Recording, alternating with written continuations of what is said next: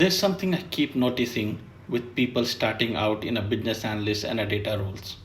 They're not bad at work, they're not struggling with tools either, but somehow things don't click in the first few months. Most people assume the job is about producing things, a query, a report, a dashboard.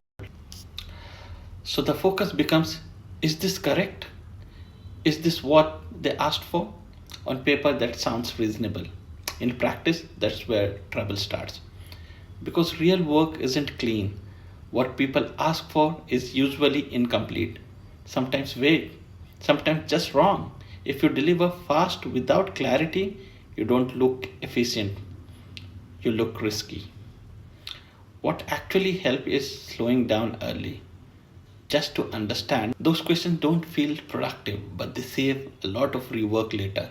I've seen average technical skill work really well and strong technical skills struggle. At some point, there's a shift.